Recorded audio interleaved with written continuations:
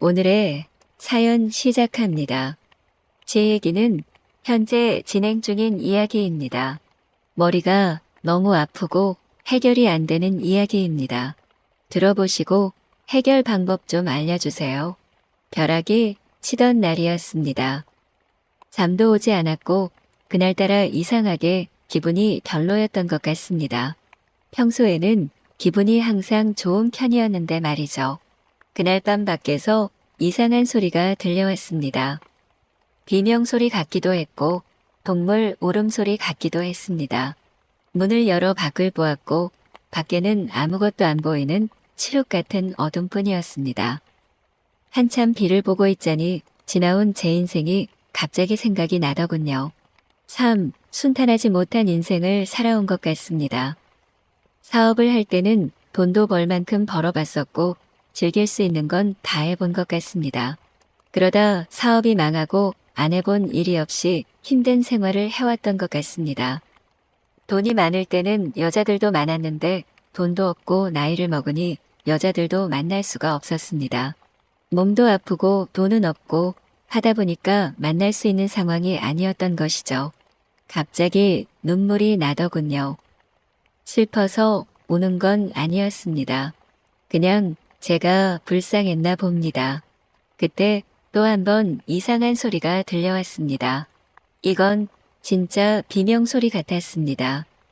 안 되겠다 싶어서 저는 우산을 들고 밖으로 나가보았습니다. 밖에서 여자분이 남자한테 당하고 있더라고요. 부부싸움을 하나보다 싶어서 그냥 들어가려고 했습니다. 여자분이 살려달라고 하는데 경찰에 신고를 할까 했지만 괜히 끼어들고 싶지 않았습니다. 집으로 다시 들어가려고 하는데 제 인생이 생각나더라고요. 누군가를 위해 무엇인가를 해본 적이 없었던 사람이었습니다. 길거리에서 싸움이 나면 그냥 피하고 노인분들이 힘들어해도 도와주지 않는 그런 사람이었습니다. 그날은 왜 그런지 모르겠지만 집을 나와서 다시 그쪽으로 갔습니다. 비가 이렇게 오는데 길거리에서 뭐 하는 거냐며 저는 물었습니다. 여자분이 갑자기 제 바짓가랑이를 붙잡고 살려달라고 합니다. 남자는 저보고 신경 쓰지 말고 들어가라고 하시네요. 경찰에 신고를 한다고 했습니다. 갑자기 주먹이 날라오더군요. 저는 한 방 제대로 맞고 뒤로 넘어졌습니다. 도대체 왜 끼어들어서 이런 봉변을 당할까요? 맞는 순간 후회가 되더라고요. 이제 도망갈 수도 없었고 그렇다고 싸움도 잘 못하니 덤빌 수도 없었습니다. 그때 누가 신고를 했는지 경찰차가 오더라고요. 저희는 파출소로 같이 가게 되었습니다. 자기는 잘못한 게 없다는 식으로 말하지만 그게 통할 리가 있겠습니까? 나중에는 다시는 안 그러겠다고 했지만 여자분도 저도 봐줄 생각이 없었습니다. 그녀는 애견센터에서 일하는 분이었고 손님이었는데 처음에 친절해서 데이트 한 번 한 게 전부라고 합니다. 데이트를 했지만 매너도 별로였고 말하는 것도 마음에 안 들어서 만나지 말아야겠다고 생각했다고 하네요. 그래서 자꾸 피했는데 마치 연인인 것처럼 굴면서 스토커를 했다고 하네요. 그러다 퇴근을 기다리고 있다 이런 사단이 나고 말았다고 합니다. 저희는 조서를 받았고 그녀의 나이와 이름까지 알게 되어 버렸습니다. 남자가 스토커할 정도로 이쁘긴 하더라고요. 그놈은 유치장으로 잡혀 들어가고 저희는 조서를 꾸미고 나왔습니다. 아직도 벼락이 치고 비가 많이 오더군요. 집에까지 바래다 드린다고 했더니 아니라고 하시면서 정말 고마웠다고 하시네요. 나중에 꼭 보답하겠다고 하시면서 연락처를 물어봅니다. 그러던 어느 날 그놈의 부인이라는 사람이 저를 찾아왔습니다. 저는 합의 볼 수 없다고 했고 그녀는 계속해서 저를 설득하려 들었습니다. 부인도 있는 분이 그게 말이 되냐고 하면서 그녀에게 화를 냈습니다. 그런 남편이 뭐가 좋다고 합의를 보러 다니시냐고 저는 물었습니다. 그래도 애 아빠인데 자기도 화는 나지만 일단 그곳에서 나오게는 해야 하지 않겠냐고 하시나요? 그 사람이 처음부터 그랬던 건 아니었다고 합니다. 불쌍한 사람이라고 하면서 봐달라고 사정을 하시네요. 여자분도 합의를 했다고 하시면서요. 저는 그래도 용서하고 싶지는 않았습니다. 도저히 제 상식으로는 이해가 가지 않더라고요. 그런 놈은 콩밥을 먹어야 정신을 차린다고 생각하고 있었으니까요. 그녀는 혼자 사시냐고 저한테 물어봅니다. 저는 혼자 산다고 대답했고 왜 그러냐고 물었습니다. 그녀는 아니라고 하면서 그냥 궁금해서 물어보았다고 합니다. 그때 조금 이상하긴 했지만 다른 의심은 하지는 않았습니다. 다음날 그녀가 술과 안주를 만들어서 저희 집으로 찾아왔습니다. 자기가 아껴둔 술인데 한 잔 해보라고 하시네요. 저는 안 먹는다고 했고 그녀는 안주를 펼치면서 합의 안 해주셔도 되니까 한번 드셔보라고 합니다. 인삼주의 안주는 제가 정말 좋아하는 해물 볶음이었습니다. 아직도 음식이 식지 않았는지 김이 모락모락 올라옵니다. 그녀와 한 잔, 두 잔 주고받다 보니 술이 취하더군요. 그리고 기억이 잘 안 납니다. 집에 들어온 것 같긴 한데 머리가 너무 아프더군요. 눈을 떠보고 깜짝 놀랐습니다. 그녀가 제 위에 올라와 있네요. 이게 무슨 일인가 싶었습니다. 그녀는 계속해서 움직이고 있었고 저는 어떻게 해야 할까 생각했습니다. 근데 너무 좋더라고요. 일단 사랑을 끝내고 저는 그녀에게 물었습니다. 이게 지금 뭐 하는 거냐고 말입니다. 그녀는 갑자기 울면서 이런 제 자신이 밉다고 하시네요.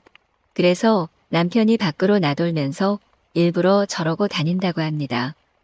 저는 어쩔 수 없이 합의를 해주었네요. 누굴 욕하겠습니까?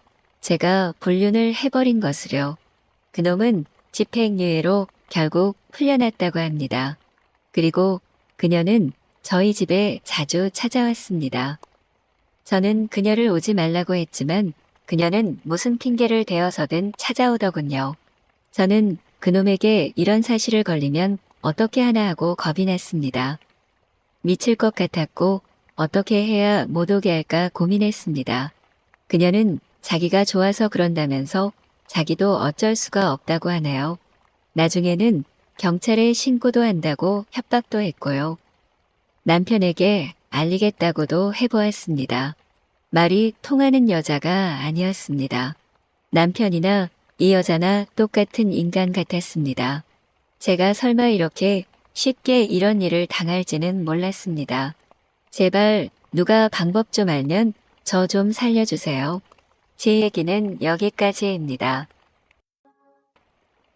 오늘의 사연 시작합니다. 어릴 때부터 가난했던 집안 환경 때문에 배우고 싶었던 것들을 마음대로 배울 수 없었어요.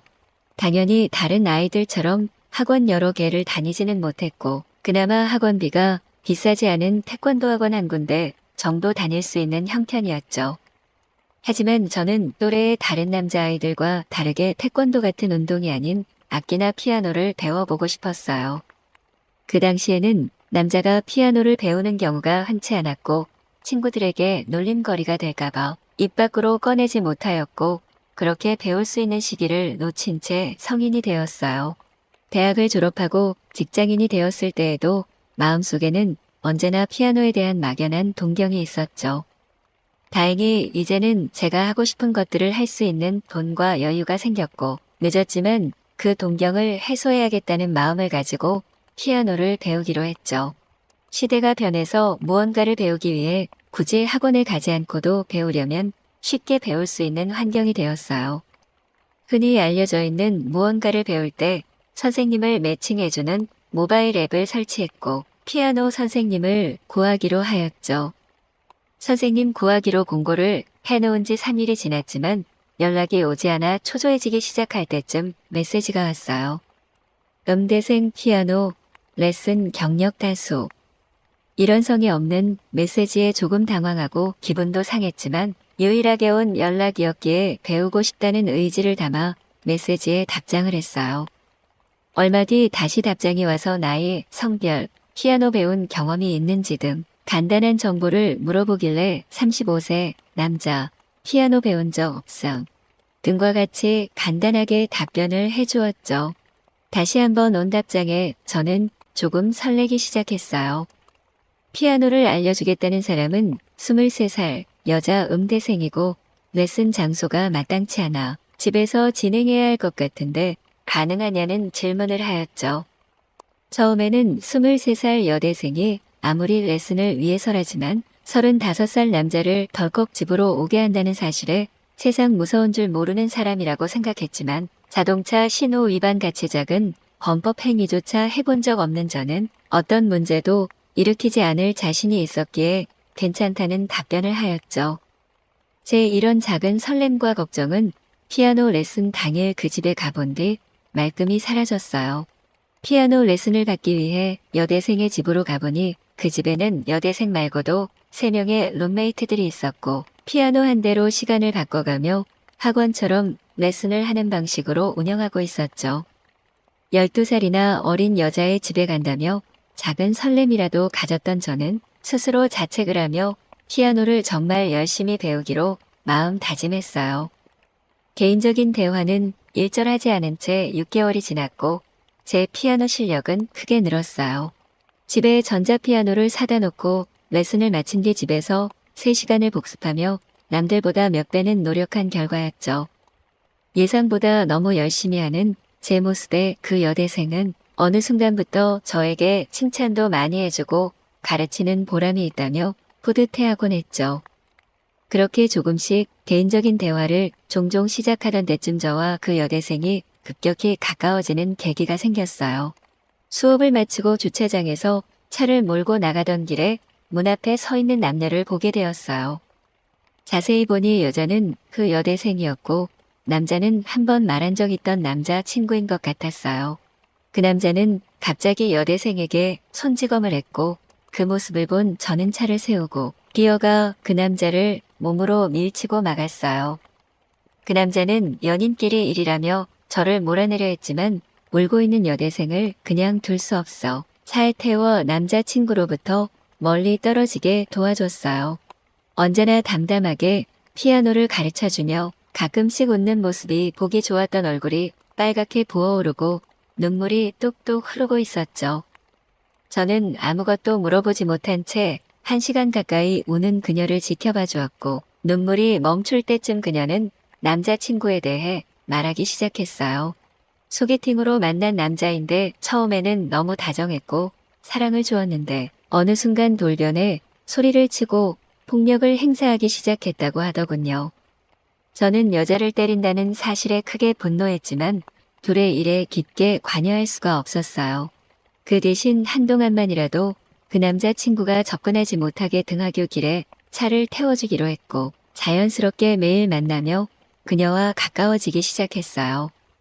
매일 아침 저녁으로 만나고 이야기를 나누다 보니 저는 자연스럽게 그 여대생을 좋아하게 되었고 12살이나 어린 여자를 좋아한다는 사실에 죄책감이 느껴졌지만 그럴수록 그녀가 더 좋아졌고 사랑을 고백할 수는 없지만 매일 볼 수 있다는 사실에 마냥 좋았죠.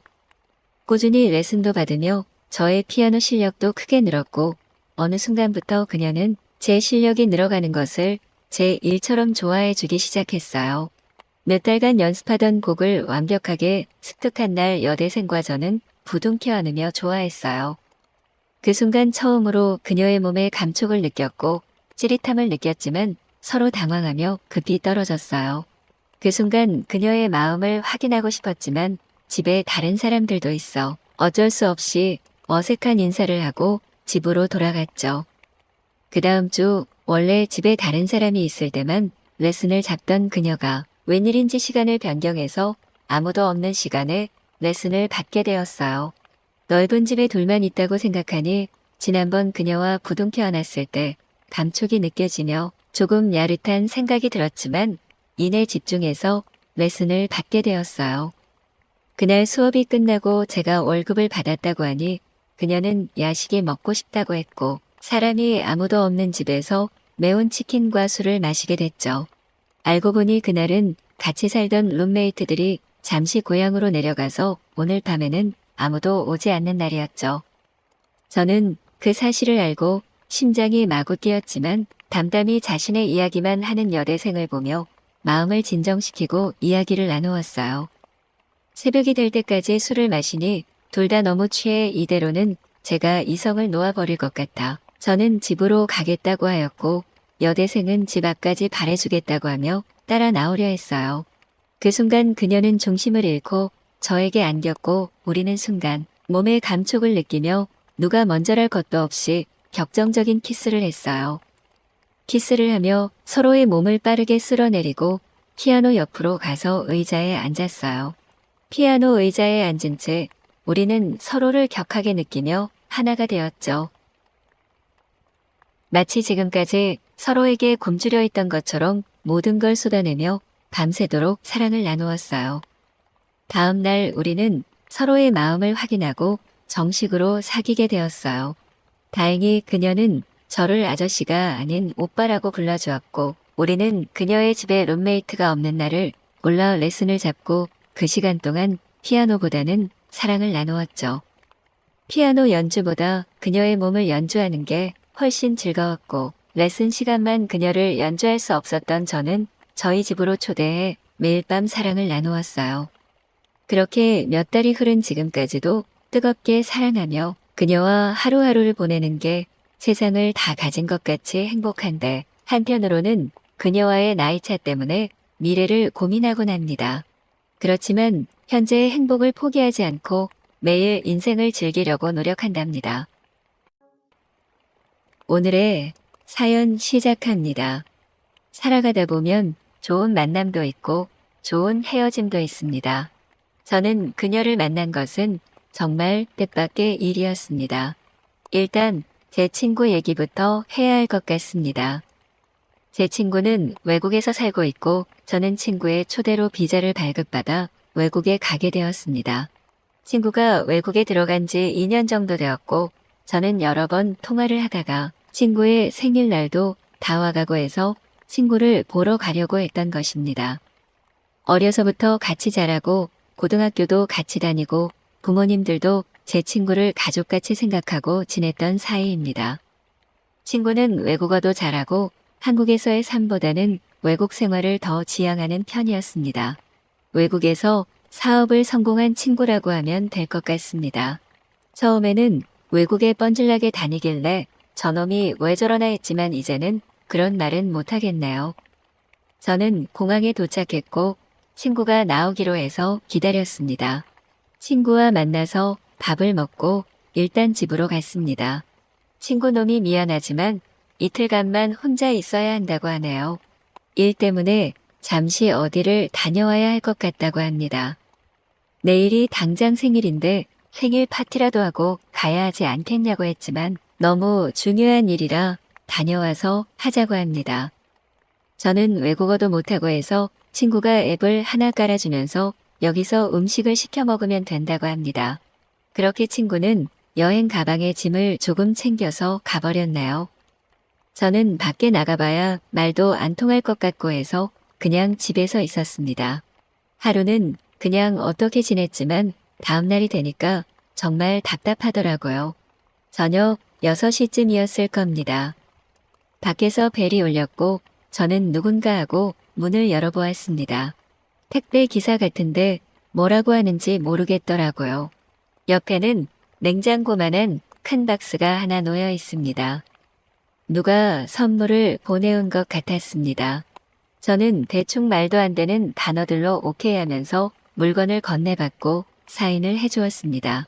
저는 박스가 너무 커서 어떻게 해야 하나 하고 걱정을 했습니다. 들어보려고 하니 꿈쩍도 하지 않더라고요. 그렇다고 친구도 없는데 열어볼 수도 없고 해서 밀어서 들어가 보려고 했습니다. 아무리 해보려고 해도 뭐가 들었는지 움직이지를 않네요. 저는 친구에게 전화를 해보았지만 친구는 전화를 받지를 않습니다. 일단 열어봐야겠다고 생각하고 박스를 오픈했습니다. 정말 기절할 뻔했어요. 세상에 사람이 들어있지 않겠습니까? 여자분인데 토끼 옷을 입고 서프라이즈 하면서 나타났고 저는 뒤로 벌러덩 넘어지고 말았습니다. 여자분은 뭐가 웃긴지 깔깔거리면서 웃더라고요. 그녀가 박스에서 꺼내달라고 하는 듯 보였습니다. 저는 화는 났지만 일단 그녀를 안아서 꺼내어 주었습니다. 외국분인데 굉장히 이쁘더라고요. 몸매도 환상적이었고 정말 한국에서 볼 수 없는 그런 미녀였습니다. 그녀는 걸어서 친구의 집으로 들어갑니다. 저는 하면서 어떻게 해야 할지 걱정이 들더라고요. 일단 친구놈에게 전화를 했지만 먹통인지 전화가 되지를 않습니다. 그녀는 소파에 앉더니 뭐라고 하는데 저는 무슨 말인지 거의 알아들을 수가 없었습니다. 그녀는 이상하다는 듯이 고개를 갸웃거리면서 샤워하네요. 저보고 샤워를 하라는 말 같은데 저는 제가 왜 샤워를 해야 하는지 몰랐습니다. 저는 그냥 노노노 하고 아니라는 표현을 했지만 그녀는 저를 끌고 샤워장으로 갑니다. 샤워를 하면서 이게 무슨 일인지 가만히 생각해 보았습니다. 친구놈이 제가 심심해할까 봐서 여자분을 보낸 것인가? 아니면 이게 무슨 일인가 싶었습니다. 일단 샤워를 끝내고 나오니 그녀가 큰 타월을 준비해 두었다가 저에게 건네주네요. 그러고 나서 그녀는 저를 침대로 데려갑니다. 저보고 누우라고 하면서 손가락으로 가리키는 것 같았습니다. 노노노를 하루 종일 한 것 같은데 말이 안 통하는 것 같았습니다. 정말 미치고 환장할 노릇입니다. 뭔가 아는 사람도 아니고 지금 이 상황이 정말 황당하고 어이가 없었습니다. 그녀의 아름다운 얼굴이 제 얼굴 앞에 바로 있네요. 그녀의 뜨거운 키스에 모든 게 녹는 듯 했습니다. 그렇게 아무것도 모르고 저는 그녀와 사랑을 해버렸습니다. 사랑이 끝나고 그녀가 제 옆에 누워 있었고 저는 틈나는 대로 친구에게 계속 전화를 했습니다. 그녀가 미스터 최라고 하는 것 같은데 제 친구 이름이 최영훈이었습니다. 뭔가 지금 잘못되었구나 싶었습니다.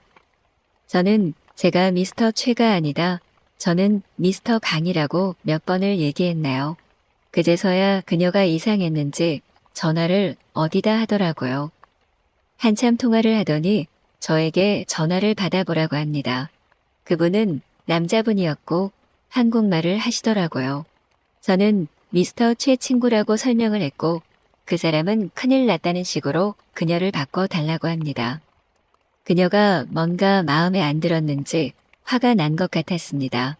정말 무슨 말인지 몰라서 저는 No understand 미스터 강이라고 계속 얘기를 했습니다. 남자분이 다시 전화를 바꿔달라고 하셨나 봅니다. 그분의 말은 이렇습니다. 본인은 외국에서 제 친구와 친구 사이이고 생일날이라 친구들끼리 선물로 그녀를 보낸 것이라고 합니다. 깜짝 이벤트 같은 것이라고 하시네요. 저보고 어떻게 된 일이냐고 물어보시길래 저는 자초지종을 설명하였습니다. 남자분은 일부러 그런 것도 아니고 어쩔 수 없다면서 그녀는 내일 아침에 보내면 된다고 하시나요? 그녀와 통화를 하고 전화를 끊더라고요. 여자분은 어깨를 들썩이며 다시 웃습니다. 어찌되었던 본인은 시간만 같이 있어주면 된다는 것 같았습니다. 근데 참 이상하게 저는 그녀가 너무 마음에 들더라고요. 이렇게 안 만났다면 정말 좋아하고 싶은 그런 여자분이었습니다. 외국 여자를 만난다면 이런 분과의 만남은 항상 꿈꿔왔던 것 같습니다. 사랑도 너무 좋았고 피부나 얼굴도 정말 제가 꿈꾸던 그런 분이었으니까요. 저는 그날 밤 그녀와 그렇게 몇 번의 사랑을 했습니다. 그녀가 싫어하지 않을까 싶어서 저는 항상 물어보고 했는데 그녀도 제가 싫지 않은 모양입니다. 매번 다 받아주시더라고요. 아침에 그녀가 가면서 굿나잇 키스까지 해주고 가시더라고요. 제 친구가 다음날 왔고 저는 설명을 해주었습니다. 제 친구는 괜찮다고 하며 선물을 보낸 친구와 통화를 하더라고요. 저는 제 친구에게 그녀가 너무 마음에 든다며 다시 만날 수 있게 해달라고 했습니다. 친구놈이 그러지 말라고 하네요. 이런 데서 정들어봐야 너만 손해라고 하면서 마음을 접으라고 합니다. 얼마 있으면 떠나야 하는데 그냥 즐기다 가라고 하네요. 저는 친구와 놀러도 다니고 해보았지만 그녀만큼 괜찮은 여자는 만나지를 못했습니다. 잠깐이었지만 정말 너무 좋았고 그녀가 그립습니다. 궁합이 너무 좋았던 것도 있지만 다시는 그런 여자는 만날 수 없을 것 같았습니다. 한국에 돌아와서도 그녀가 계속 생각나고 잊혀지지가 않나요? 얘기는 여기까지고 그녀가 너무 보고 싶네요. 오늘의 사연 시작합니다. 결혼 후 아이를 낳고 생애 최고 몸무게를 찍어버린 제 몸은 차마 거울로 볼 수 없을 정도가 되어버렸어요. 결혼 전에는 남자들에게 꽤 인기가 있어서 나름 자신감을 갖고 살아갔었는데 결혼과 출산을 겪은 후 자신감과 자존감은 바닥을 향해 버리고 말았죠. 살이 찌니 남편도 밤에 저를 멀리하기 시작했고 아이도 동화책을 읽다가 돼지가 나오니 엄마랑 닮았다는 이야기를 듣고 머리가 띵하며 운동을 해야겠다는 생각이 강력하게 들기 시작했어요. 막상 몇 년 만에 운동을 하려니 몸도 따라주지 않고 방법도 몰라 고민하던 중 친구가 했던 이야기가 떠올랐어요. 친구는 동네 피트니스 센터에 다니며 PT를 받는데 강사가 너무 잘생겨서 매일 운동을 나가다 보니 어느새 10kg이 빠졌다는 이야기였죠. 잘생긴 건 둘째치더라도 혼자가 아닌 젊은 남자에게 운동을 배울 수 있다는 생각에 당장 동네 피트니스 샵으로 가서 상담을 받기로 했죠. 피트니스 샵에 상담을 가보고 저는 너무 실망을 했어요. 상담을 하는데 저보다 나이가 많아 보이는 아저씨가 와서 상담을 해주는데 기대와 너무 달랐죠. 잘생긴 젊은 남자와 운동할 생각에 조금 야릇해져서 샤워하다가 혼자 해버리기도 했던 터라 실망은 더욱 컸죠. 혼자 운동이나 열심히 해야겠다는 생각을 하며 PT가 아닌 개인 운동을 등록하려던 순간 상담실에 제가 상상했던 얼굴과 몸을 가진 남자가 들어왔어요. 저는 순간 멍해져서 그 남자를 바라보고만 있었죠. 20대 후반 정도로 보이고 약간 박서준과 비슷한 외형을 가진 잘생긴 남자였죠. 저는 제 앞에 있던 아저씨에게 뜬금없이 저 강사에게 PT를 받을 수는 없냐고 물어봤고 그 말을 들은 잘생긴 남자는 웃으며 저에게 와서 당연히 받을 수 있다고 하며 상담을 도와주겠다고 하였죠. 상담 내내 상냥한 웃음과 친절함으로 대해주는 남자를 저는 계속 바라만 보고 있었고 오랜만에 뛰는 심장에 몸을 주체할 수가 없었어요. 최대한 빨리 PT를 받고 싶어서 당장 등록을 했고 운동을 위해서라지만 매일 그 남자를 보게 되어 저는 너무 행복했어요. 하지만 다음 날부터 수업을 듣게 되었는데 너무 오랜만에 하는 운동이고 몸이 무거워진 상태이다 보니 따라가는 게 쉽지 않았어요. 시키는 만큼 따라가지 못하고 계속 뒤처지다 보니 저 자신에게 실망해서 자신감이 더 떨어질 때쯤 그 트레이너는 저에게 원래 처음이 힘들다며 어깨를 토닥토닥 해주었죠. 잠시 어깨를 터치했을 뿐인데 이상하게 제 몸이 반응을 해서 이상한 소리가 나오고 말았고 트레이너는 조금 민망해하며 웃음을 지어 보였죠. 그런데 그 다음 수업 시간부터 약간의 과한 스킨십이 시작됐어요. 근육량을 체크해 본다며 팔 안쪽을 만진다거나 지방량을 확인한다며 가슴 밑쪽이나 허벅지 안쪽으로 손이 들어오기도 했어요. 누군가는 기분 나빠할 수도 있겠지만 사실 저는 그 손길이 너무 좋아서 그럴 때마다 약한 신음소리를 내며 거부하지 않았고 오히려 밤마다 그 손길을 생각하면 흥분해서 몸을 주체 못할 지경이었죠. 그렇게 트레이너의 손길은 점점 더 과감해지기 시작했어요. 무거운 걸 들어 올려준다며 내 손을 꼭 잡기도 했고 뒤에서 저를 감싸 안는 척하며 은근히 허리 위에 손을 얹고 있기도 했어요. 저는 트레이너가 저에게 시그널을 주는 것이라고 확신하고 운동기구를 놓는 척하며 그 남자에게 손을 대보았죠. 제 생각과 같이 그 남자는 제 손길을 피하지 않았고 저는 그 남자도 저를 원하는 것이라는 확신을 가졌죠. 다음날 수업이 끝날 때쯤 그 남자는 저에게 저녁에 시간이 있냐고 물어봤어요. 그날은 마침 남편이 출장이고 아이는 저녁 늦게 오는 날이었죠. 조금 죄책감이 들었지만 아무 일도 없을 거라는 생각으로 그 남자와 저녁을 먹기로 했고 저녁 자리에서 자연스럽게 술자리로 넘어가게 되었죠. 그 남자는 제가 취한 모습을 보고 집으로 가자고 했어요.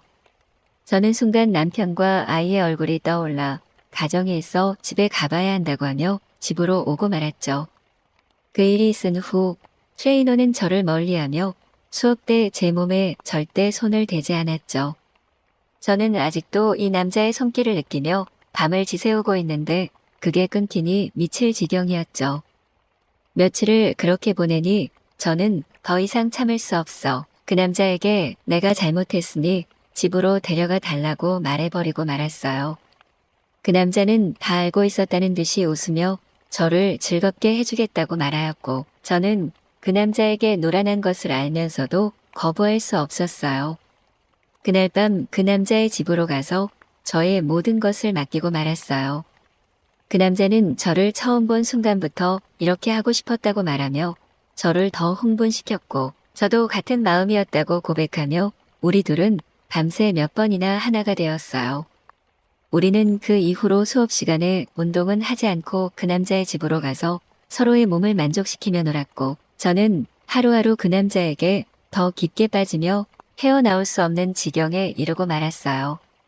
그렇게 그 남자에게 빠져서 아무것도 할 수 없게 되었을 때 결제해둔 PT 수업이 끝나버렸고 갑작스럽게 그 남자는 더 이상 수업을 진행할 수 없다며 수업 연장을 거부하고 저를 모르는 사람처럼 멀리하기 시작했어요. 저는 너무 황당한 마음에 그 남자의 집에 찾아가 무슨 일이냐고 물어보려 했지만 이미 이사를 가버려 연락조차 할 수 없는 상황이 되고 말았죠. 저를 깊게 빠지게 해버린 뒤 갑자기 차가워진 그 남자에게 분노가 차올랐지만 이유조차 알 수 없는 현실에 기가 막힐 노릇이었죠. 그렇게 무기력한 하루하루를 보내던 중 그 이유를 알게 되었어요. 헬스장 앞에서 그 남자가 나오기만을 기다리던 중에 제 또래의 다른 여자랑 나오는 장면을 보고 말았어요. 저는 순간 머리가 멍해지며 그 남자가 다른 여자가 생겨 저를 버린 것이라는 사실에 충격을 받고 말았어요. 그 남자와 옆에 있는 제 또래 여자도 저를 보고 웃으며 가버리고 말았고 저는 순간 분노에 휩싸여 돌을 따라갔죠.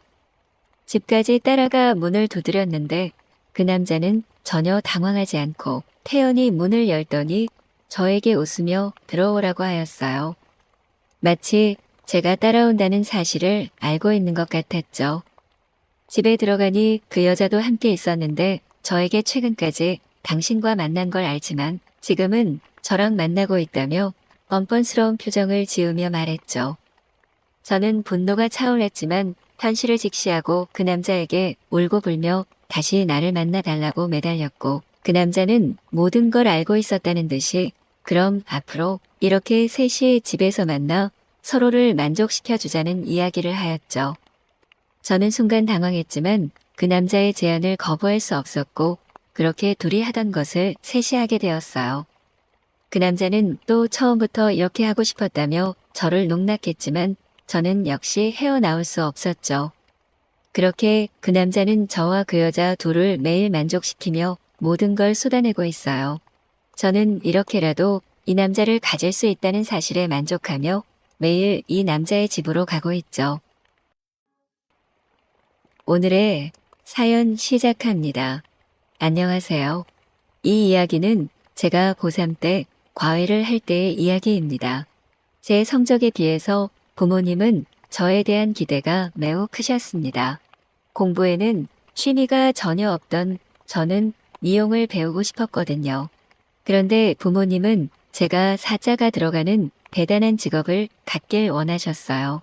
그렇게 제가 좋은 대학을 가기 원하셔서 하고 싶지 않았던 과외를 시켜주셨습니다. 학교가 끝나고 바로 집으로 오라고 하던 날, 집으로 바로 갔더니 웬 남자가 거실에 엄마와 함께 앉아있더라고요. 과외 선생님이라고 소개를 합니다. 과외에 전혀 관심이 없던 저는 얼굴도 제대로 보지 않고 핸드폰만 만지고 있다가 엄마에게 등짝 스매싱을 맞은 기억이 아직도 생생합니다. 등짝을 한 대 맞고 정신 차리고 쳐다본 과외 선생님 얼굴이 귀여운 스타일이었어요. 앉아있어도 커 보이는 키와 깔끔하게 생긴 얼굴 그냥 잘생겼습니다. 시는 공평하지 않다는 말을 이럴 때 쓰는 건가 싶을 정도로 공부도 잘하는데 얼굴도 잘생긴 그런 사람이었습니다. 그렇게 과외 선생님과 인사를 하고 첫 수업이 시작되었습니다. 제 수준이 어느 정도인지 모른다며 여러 가지 문제를 내어주고 문제를 풀며 첫 수업은 어영부영 끝이 났습니다. 선생님이 가시고 저는 엄마에게 과외하기 싫다고 투덜대었어요. 공부하는 게 정말 싫었거든요. 엄마는 수능 볼 때까지 얼마 남지 않았으니 그때까지만 하라고 하더라고요. 어차피 성적은 좋지 않으니 수능 끝나고 미용 공부 시작하자는 생각이었어요. 다음 날 학교를 마치고 과외 수업을 위해 집으로 왔어요. 제가 도착하고 얼마 있지 않아 선생님도 오셨어요. 선생님은 제가 좋아하는 스타일의 옷을 입고 오셨는데요. 옷차림새도 마음에 들었지만 움직일 때마다 풍기는 향수 냄새가 코끝을 자극시켰어요. 수업엔 집중도 되지 않고 저도 모르게 선생님만 쳐다보다가 선생님이랑 눈이 마주쳤어요. 선생님은 집중 안 하냐며 씩 웃어주셨는데 저는 그 웃는 모습을 보고 선생님에게 반하는 계기가 되었답니다. 그 뒤로는 수업에 더욱 집중을 하지 못하게 되었어요. 자꾸만 선생님이 기다려져 그렇게 하기 싫던 과외 수업이 기다려지더라고요. 선생님은 저에게 제안을 하나 하였습니다. 부모님이 원하시는 대학에 가게 된다면 제 소원을 들어준다고 하였어요. 선생님이 제 마음을 마치 알고 있는 듯한 제안이었습니다. 근데 공부라면 학을 떼던 제가 선생님의 제안에 미친 듯이 공부를 시작하였습니다. 어릴 적부터 부모님께서 기본은 가르쳐 놓으셨기 때문에 뒤늦게 시작한 공부가 왠지 재미있게 느껴졌습니다. 수업 시간에도 선생님 보느라 바빴던 저는 수업에 집중하여 공부를 하였고 학교에서도 친구들이 미쳤냐고 말할 정도로 제가 달라졌어요. 그렇게 미친 듯이 공부만을 했어요. 과외 수업을 하는 날은 학교가 끝나고 미친 듯이 달려와 씻고 예쁜 옷으로 갈아입고 있고 용돈을 모아 향수도 하나 샀습니다. 선생님은 수업을 하다 말고 저에게 향수 뿌렸냐며 향기 좋다고 말해주었어요. 그 사소한 한마디에 저는 날아갈 듯 기분이 좋았습니다. 그렇게 19살 인생의 사랑이 뭔지 알게 되었답니다. 미친 듯이 공부한 결과를 보는 수능 당일 부모님의 기대를 안고 저는 수능을 받고 결국 부모님이 원하는 대학에 합격했습니다. 친구들은 인간 승리라고 하였고 선생님은 합격 소식을 듣고 저희 집으로 달려와 저와 엄마와 함께 부둥켜 안고 즐거워했답니다. 저는 선생님에게 약속한 것을 지켜달라고 하였어요. 선생님은 소원이 뭔지 말하라고 하였고 저는 약 2달 뒤 성인이 되면 소원을 말하겠다고 하였어요. 선생님은 뭔가 알고 있는 듯 웃으셨어요. 그리고 12월 31일 저는 친구들과 약속을 잡았고 친구들과 성인이 된 것을 축하하기로 하였어요. 12시가 되기만을 기다렸고 드디어 12시가 되었어요. 친구들과 소리를 지르며 성인이 된 서로를 축하해주고 있는데 카톡이 울립니다. 과외 선생님 카톡이었어요. 성인이 된 걸 축하한다고 연락이 왔습니다. 그리고 그동안 학생이었기 때문에 말하지 못하였다고 저에게 좋아한다고 고백을 하였어요.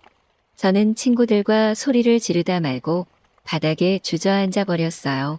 너무 좋기도 하였지만 너무 놀랐거든요. 친구들은 인간 승리하더니 결국 성공하였다고 저를 축하해 주었습니다. 저는 친구들과 잠깐의 시간을 보낸 뒤 과외 선생님에게 달려갔습니다. 수능이 끝났기 때문에 2달가량 보지 못했거든요. 이게 제 소원이었습니다. 제가 고백하려 했지만 과외 선생님이 먼저 고백을 해주었기 때문에 저는 지금 당장 보고 싶다는 소원을 말하였어요.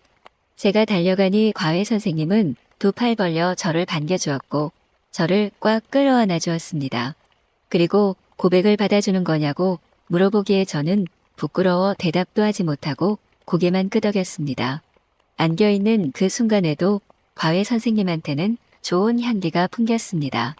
그렇게 저는 부모님이 원하는 대학에 가고 첫눈에 반한 과외 선생님과 연애를 시작하였습니다. 남자친구는 저와 6살 차이 나는 오빠였고 모두가 가고 싶어하는 대학을 가고 과외 선생님 알바를 하고 있는 거였어요. 남자친구와 술 한잔을 하며 이런저런 이야기를 하는데 남자친구가 이야기해 주더라고요. 저희 집에 처음 온 날 버릇없이 핸드폰 만지다 등짝을 맞는 저를 처음 보고 첫인상이 너무 귀여웠다고 합니다. 그리고 제가 선생님을 볼 때는 선생님은 책을 보고 제가 책을 볼 땐 선생님을 저를 보았다고 하더군요. 소원을 들어주겠다는 제안 역시 일부러 계획을 세운 제안이었다고 하더라고요. 밥 사달라고 하거나 어른이 되고 술 사달라고 하거나 그런 소원을 말할 것 같았다네요. 술을 한잔하고 남자친구가 자취하고 있는 자취방으로 함께 향했습니다. 남자 혼자 지내면 지저분할 수도 있는데 깔끔하게 정리되어 있고 좋은 향기가 가득했습니다. 부모님에게는 친구네서 자고 온다고 거짓말을 하고 저는 남자친구네서 자고 가기로 했습니다. 남자친구는 집에 온 여자가 처음이라며 안절부절 못하며 저보다 더 부끄러워했어요. 공부도 잘하고 잘생긴 남자가 귀엽기까지 했답니다. 남자친구가 먼저 씻고 오고 저도 남자친구에게 옷을 빌려 씻고 나왔습니다. 함께 잠자리에 누웠고 저는 오빠의 품속에 안겼습니다. 오빠는 갑자기 저를 지그시 쳐다보더니 분위기가 무르익었고 저희는 뜨거운 밤을 보냈습니다. 저는 첫 뜨거운 밤에 부끄럽기도 하였지만 오빠를 더욱 느낄 수 있어 너무 좋은 시간이었습니다. 저는 오빠 덕분에 모르는 분야에 대해 배워가는 취미가 생겼습니다. 오빠에게 많이 배우고 도움을 받으며 서로에게 득이 되는 연애를 하고 있습니다. 잘생긴 과외 선생님은 제 인생의 첫 남자친구가 되었고 현재 대학을 졸업한 저는 오빠와 변함없는 행복한 시간을 보내고 있습니다. 오늘의 사연 시작합니다. 안녕하세요. 여러 번 망설이다가 겨우 용기 내어서 이렇게 사연을 보내는 애청자입니다. 저는 30대 초반의 노래방 카운터 직원입니다. 매일 저녁 8시부터 노래방 문을 닫는 2시까지 노래방 안에 자잘한 일을 돕고 있지요. 하루에 6시간 일하면서 손님들의 입실과 퇴실을 도와드리고 기기 시간 연장을 해주거나 맥주나 음료를 서브하고 손님이 떠난 방 안을 청소하는 것까지 전부 제가 하는 일입니다. 그런데 이건 순전히 아르바이트이고 원래 하는 일은 따로 있습니다. 공무원 공부를 하고 있거든요. 몇 년째 공부만 하다 보니 돈이 조금 급해서 아르바이트를 구하던 중에 직원 모집이란 종이를 보고 들어와서 구한 일자리입니다. 자취하고 살면서 인터넷 강의로 공무원 공부를 하고 있었는데 그 생활도 몇 년 하다 보니 돈이 떨어져서 너무 힘들더라고요. 그래서 잠깐만 공부를 조금 느슨하게 하고 아르바이트를 좀 하자는 마음으로 이 일을 하게 되었습니다. 그런데 나름으로 단점도 있더라고요. 저녁마다 아마추어 가수들의 우렁찬 노래소리를 듣는 건 때때로 울렁증을 유발하기까지 하고 취객들이 쏟아내고 나간 토사물을 치우는 것은 정말이지 괴롭더군요. 때때로 실내에서 무슨 짓을 한 것인지 연인들이 다녀간 방 안에서 이상한 냄새와 물질로 소파가 엉망이 된 적이 있어서 그것을 청소하는 것도 너무 고통스러웠습니다. 한 30년은 된 낡은 지하 노래방이라서 손님이 별로 없겠지 싶었는데 의외로 그런 곳을 일부러 찾아오는 것인지 손님은 항상 고정적으로 있었습니다. 그리고 여기서 조금 낯선 경험도 했습니다. 일주일에 한 번 꼴로 우리 노래방에 나타나는 아가씨가 하나 있는데 그녀와 작은 사연이 만들어진 것입니다. 나이는 저랑 비슷해 보였고 굉장히 새초롬하고 할 말만 하는 아가씨이지요. 그녀는 캔 맥주 하나와 항상 마시는 캔 음료 하나를 주문하고는 제일 끝방을 달라고 이야기하지요. 그녀가 오는 시간에는 대체로 끝방은 비어있는 편이라서 저는 그리로 배치를 해줍니다. 그녀는 언제나 조금 기분이 상한 듯한 얼굴로 문을 열고 들어왔고 항상 우울한 얼굴로 노래를 불렀고 혼자 와서 그러고 있다는 것을 별로 신경 쓰지 않는 것 같았습니다. 어떨 때는 맥주를 중간에 조어캔 더 시켜서 마시며 고독에 흥이 올랐는지 울어가며 노래를 열창하기도 했습니다. 그 얌전하고 말 수 없던 아가씨가 어디서 그런 용기가 났던지 때때로 제 허리를 휘감으며 같이 노래하자고 조를 때도 있었습니다. 그러면 저는 주인 아줌마가 없는 틈을 타서 한 곡 정도는 함께 불러주기도 했지요. 단골 손님에 대한 예의라고 생각했고 고객응대로 그랬다고 나중에 아줌마에게 들키기라도 하면 돌러댈 수도 있다고 생각하면서요. 그럴 때마다 그녀는 무슨 힘든 일이 있었던지 제가 남친이라도 되는 양 포근히 기댈 때가 있었습니다. 어깨동무를 하면서 함께 노래를 부르기도 했고 때때로 저도 분위기에 취해서 그녀의 머릿결을 몇 번 쓰다듬으며 껴안고 부른 적도 있었습니다. 그대로 입술을 갖다 대면 그녀가 한없이 기다렸단 듯이 저를 받아들여 줄 것만 같아서 마음이 흔들렸지만 겨우 참고 참았습니다. 하지만 언젠가부터 그녀가 함께 노래하면서 먼저 적극적으로 제 볼에 자신의 볼을 부벼댔고 그러다 보니 자연스레 노래 중간에 입맞춤을 한 적이 있었습니다. 둘 다 그저 시간이 정지한 듯이 두 눈을 감고 마이크를 든 상태로 깊고 부드럽게 서로의 숨결을 교환하며 뭔가 아늑하고 포근한 기분에 휩싸였고 우리는 아주 만족한 듯이 눈을 뜨고 서로를 바라보았습니다. 그 일 이후로 제게는 일상의 변화가 오기 시작했습니다. 그녀가 가게에 들르는 나를 기다리게 되었고 아마도 오늘쯤은 그녀가 올지도 모른다 싶은 날에는 출근 전에 유달리 외모에 공을 들였습니다. 몇 년씩 공부만 하느라 여자를 만날 겨를이 없다가 그렇게 그녀가 마음에 들어오고 보니 꼭 연애하는 것만 같았습니다. 더 다가가고 싶었지만 저의 상황이 너무 불확실했기에 말이 떨어지지가 않았습니다. 때때로 잠이 오지 않는 밤에는 그녀와의 미래를 상상하며 꿈의 나래를 펼치기도 했습니다. 언제쯤 고백을 하면 좋을지, 그녀가 저의 수험 생활을 기다려주며 연애할 수 있을지, 그리고 무엇보다 얼른 그녀와 뜨거운 밤을 보내고 싶었습니다. 제가 수년의 수험 생활을 거치는 동안 기다리다 지쳐 결혼해버린 전 여친의 매정한 얼굴이 그 이전까지도 가끔 떠올랐지만 이젠 쉽게 지워낼 수 있다는 확신도 서서히 들었습니다. 더 아름답고 더 다정하며 더 포근하게 품어줄 그녀가 노래방에서 함께 데이트하고 있다고 생각했고 이젠 공부에 대한 갈팡질팡하던 마음도 단단히 휘어잡을 수 있겠다 싶은 생각이 들었습니다. 하지만 그런 제 마음과 달리 그녀는 어쩐 일인지 한동안 노래방에 오지 않았습니다. 최소한 일주일에 한 번은 꼭 들렀는데 몇 주가 지나도록 오지 않자 저는 슬슬 불안해지기 시작했습니다. 그러면서 점점 체념을 하게 되었고 어느 순간부터는 조금씩 그녀가 미워지기 시작했습니다. 저는 참다 못해 그녀가 일하는 잡화점 앞을 일부러 지나서 저녁 출근을 했습니다. 그러면 그녀가 퇴근을 몇 시간 앞두고 유리창을 닫고 있는 것을 볼 수 있거나 밖에 내놓은 화분에 물을 주고 있는 것을 볼 수도 있었습니다. 그런데 밖에서 마주치고 보니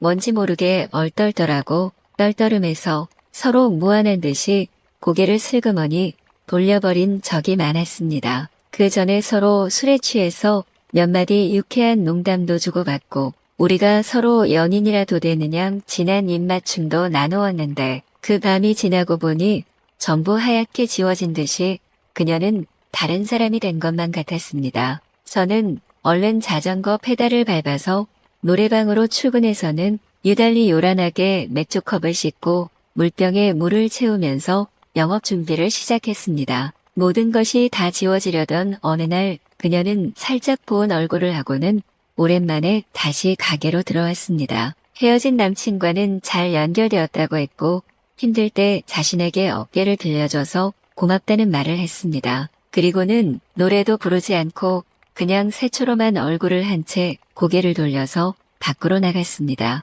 창문으로 내다보니 남친인 듯한 남자가 정차한 차 안에 앉아 그녀가 다가오길 기다리고 있었습니다. 남자는 여자가 다가오자 차창을 내리고는 손을 흔들었고 그녀는 그 차에 올라타려다가 가게창 안에 저와 눈이 마주치자 아주 잠깐 묘한 표정을 지었습니다. 그리고는 이내 고개를 돌려서 차 안으로 들어갔고 차는 시야에서 사라졌습니다. 저는 잠시 멍하니 그 자리에 서 있었습니다. 그리고 저는 그녀에게 그저 노래방 직원일 뿐이었다는 것을 그 자리에서 서서히 알아가기 시작했습니다. 아주 꿈에 부풀었던 그날 밤의 그 모든 것은 우리가 부르던 사랑의 아픔을 담은 노래들이 빚어낸 분위기가 만들어낸 것이었다는 것도 깨달아졌습니다. 그런데 저는 우리가 그 밤을 기점으로 아주 은근하게 맺어졌다고 생각했던 모양입니다. 그리고 그녀는 홀로 묵묵히 현실의 해답을 찾아서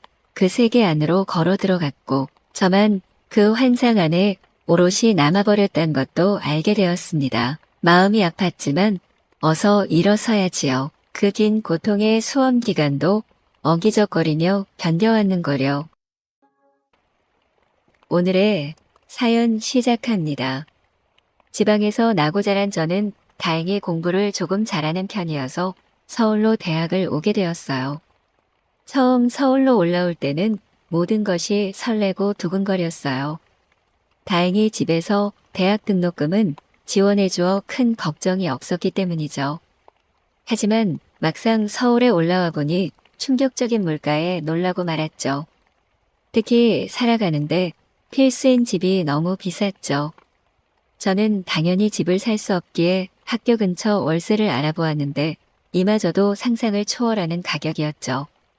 비싼 등록금도 지원해주는 부모님께 월세마저 지원받는 것은 불효라고 생각하고 저는 월세를 감당하기 위해 아르바이트를 시작했어요.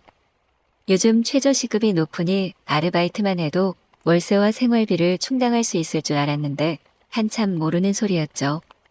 학교 수업을 들으며 아르바이트를 할 수 있는 시간은 한정적이어서 학교 수업과 아르바이트만 반복하는 삶이 되어가고 있었죠.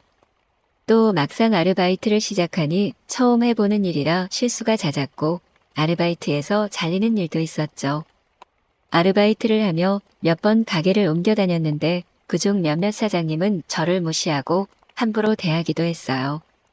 시간이 조금 지난 지금 생각해보면 그때의 저는 20살밖에 안 된 세상 물정 모르는 어린 여자 학생이라 그랬던 것 같은데 나쁜 사람들이었죠.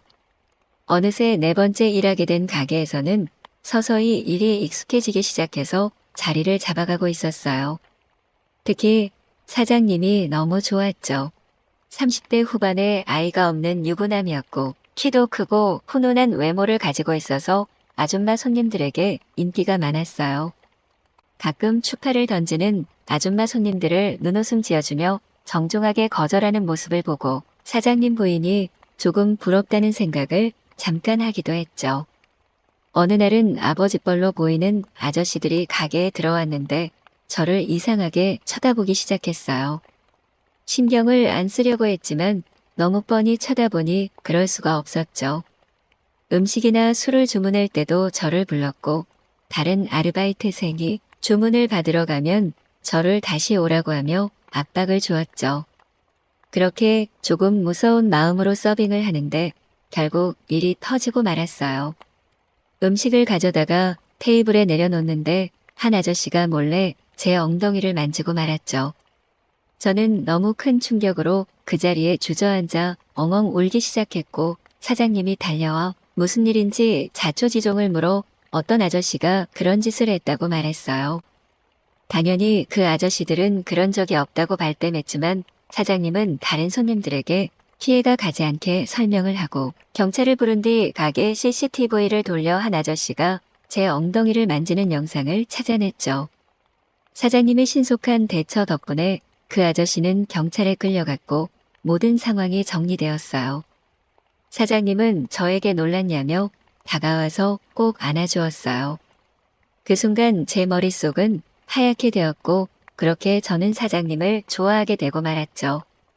사장님은 결혼도 했고 저랑 나이 차이도 많이 나서 마음에 품으면 안 된다는 걸 머리로는 알고 있었지만 제 마음은 바꿀 수 없었어요. 그렇지만 한 가정을 책임지고 있는 유부남에게 고백을 할 수는 없었기에 혼자 마음에 품고 계속 아르바이트를 이어나갔죠. 그날부터 저는 사장님에게 이쁨받고 정말 최선을 다해 일했고 다른 아르바이트생들도 같이 열심히 일했어요.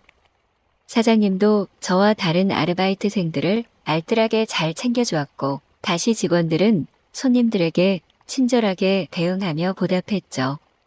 맛있는 음식과 잘 교육된 직원들 덕분에 매출은 날이 갈수록 성장하며 하루하루 즐겁게 일하고 있었죠. 그런데 한 가지 문제가 있었어요. 바로 사장님의 부인이었죠. 모두 즐겁게 일하고 있을 때 가게로 들어와서 이게 문제니 저게 문제니 지적하며 아르바이트생들에게 일을 시켰고, 그때마다 사장님은 이러지도 저러지도 못하며 난처한 표정을 짓고 있었죠. 나중에 알게 된 사실인데, 이 가게를 창업할 때 사장님 부인이 돈을 줘서 지금까지 꼼짝을 못하고 있는 것이었어요. 사장님 부인이 다녀간 날이면 다들 분위기가 다운되어 일할 맛이 안 나곤 했어요. 제가 사장님을 좋아하는 것과 별개로 사장님의 따뜻한 인성을 알기에 사장님 부인이 미웠고 가게에 오지 않았으면 좋겠다는 마음을 가지고 있었어요. 제 마음이 하늘에 닿았을까요? 사장님 부인이 본인 가게를 오픈하면서 우리 가게에 오는 날이 현저히 줄어들었어요. 부인이 가게에 오지 않으니 사장님의 표정이 좋아질 줄 알았는데 하루하루 어두워져 가고 있었어요. 저는 그 이유가 너무 궁금했지만 알아낼 방법이 없었는데 다행히 얼마 지나지 않아 기회가 생겼어요. 하루는 가게 문을 일찍 닫고 회식을 하게 되었는데 직원들이 각자의 사정으로 다들 집에 일찍 가고 저와 사장님만 둘이서 술을 마시게 되었죠. 저는 사장님과 둘이 술을 마시니 너무 기분이 좋았고 속도 조절을 못한 채 마셔서 금세 취하고 말았죠. 취기가 올라온 김에 궁금한 걸 물어보고 싶었죠. 사장님 표정이 요새 어두워 걱정이 되어 이유를 알고 싶다고 물었고 사장님은 부인 때문이라고 말했죠. 부인이 가게를 시작한 후로 가게에 안 오는 건 좋은데 가게에서 받은 스트레스를 집에 와서 모두 사장님에게 풀어버린다는 것이었어요. 사장님도 가게 문 닫고 집에 가면 쉬고 싶을 텐데 부인의 화풀이에 스트레스를 받는다는 것이었죠. 저는 순간 사장님이 너무 안타까워 힘들면 저에게 기대라고 했어요. 사장님은 제 손을 잡고 위로해줘서 고맙다고 하였고 저는 조금 놀랬지만 사장님과 손을 잡았다는 사실이 좋아 가만히 있었죠. 그러자 사장님은 저를 꼭 안았고 서로의 격한 심장 소리를 느끼고 말았죠. 사장님은 제 얼굴을 다시 보았고 저는 고개를 끄덕였어요. 그때 갑자기 사장님이 저에게 키스를 했고 저는 흥분한 몸을 주체할 수 없어서 키스를 하며 동시에 옷을 벗기 시작했어요. 순식간에 둘 다 가게 테이블에서 사랑을 나누기 시작했어요. 사장님이 유부남이라 정신을 차리고 멈추려고 했는데 사장님은 성난 황소처럼 저와 하나가 되었고 저에게 모든 걸 쏟아내고 말았죠. 저는 이렇게 된 김에 사장님에게 예전부터 좋아하고 있었다고 말하며 제 마음을 고백했어요. 사장님은 알고 있었다면서 실오라기 하나 걸치지 않은 저를 꼭 안아주었고 우리는 키스를 하고 다시 한번 사랑을 나누었죠. 다음 날부터 사장님과의 밀회가 시작되었어요. 일이 끝나고 일부러 남아 정리하다가 사장님과 주방에서 사랑을 나누기도 했고 부인이 없는 집에서 사랑을 나누기도 했죠. 제가 유부남과 사랑을 나누고 있다는 사실이 한편으로는 믿기지 않으면서도 한편으로는 스릴에 흥분이 되기도 했어요. 어느 날부턴가 아르바이트가 끝난 뒤 사장님과 매일 사랑을 나누게 되었고 1년이 넘은 지금까지도 아르바이트가 끝나면 꼭 저를 안아주고 집에 간답니다. 언제까지 이 관계가 이어질지는 모르지만 사장님에게 의지하며 제 모든 걸 주고 싶은 마음은 끝나지 않을 것 같습니다.